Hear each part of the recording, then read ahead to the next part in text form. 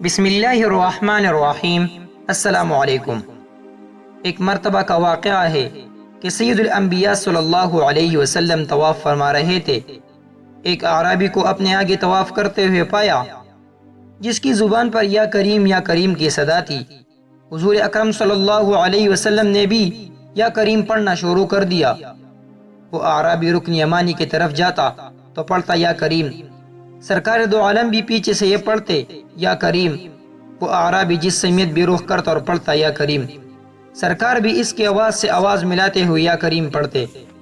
اعرابی نے تاجدار کائنات صلی اللہ علیہ وسلم کی طرف دیکھا اور کہا کہ اے روشن چہرے والے، اے حسین قد والے، اللہ کی قسم اگر آپ کا چہرہ اتنا روشن اور عمدہ نہ ہوتا تو آپ کی شکایت اپنی محبوب نبی کریم صلی اللہ علیہ وسلم میں ضرور کرتا۔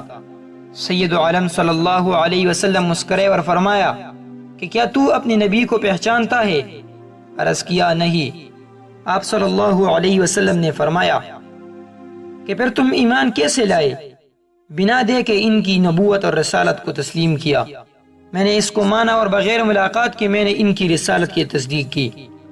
آپ نے فرمایا مبارک ہو، میں دنیا میں تیرا نبی ہوں اور آخرت میں تیری شفاعت کروں گا۔ حضور علیہ السلام کے قدموں میں گرا اور بوسہ دینے لگا۔ آپ صلی اللہ علیہ وسلم نے فرمایا میرا ساتھ وہ معاملہ نہ کر جو عجمی لوگ اپنے بادشاہوں کے ساتھ کرتے ہیں۔ اللہ نے مجھے متکبر و جابر بنا کر نہیں بھیجا بلکہ اللہ نے مجھے بشیر و نذیر بنا کر بھیجا ہے۔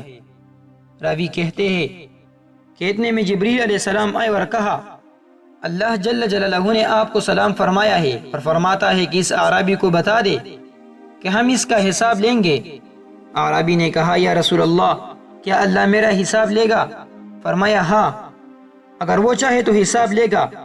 عرض کیا اگر وہ میرا حساب لے گا تو میں اس کا حساب لوں گا۔ آپ صلی اللہ علیہ وسلم نے فرمایا کہ تو کس بات پر اللہ سے حساب لے گا؟ اس نے کہا کہ اگر وہ میرے گناہوں کا حساب لے گا تو میں اس کی بخشش کا حساب لوں گا۔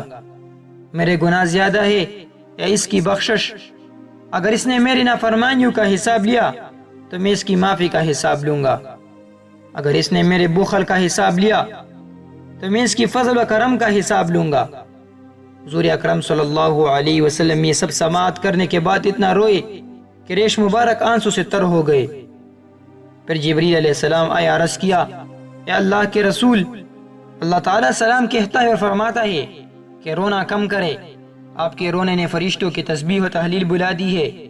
اپنی امتی کو کہے کہ نہ وہ ہمارا حساب لے نہ ہم اس کا حساب لیں گے، اور اس کو خوشخبری سنا دے یہ جنت میں آپ کا ساتھی ہوگا۔ اللہ تعالیٰ سے دعا ہے کہ اللہ تعالیٰ ہمیں صحابہ کے جیسا ایمان نصیب فرمائے۔ اگر آپ کو ایسی واقعات پسند ہیں تو آپ ہمارے چینل کو ضرور سبسکرائب کریں اور اس بیل کو بھی دبائیں تاکہ آپ کو ہماری نئی ویڈیو جلدی پہنچ سکے۔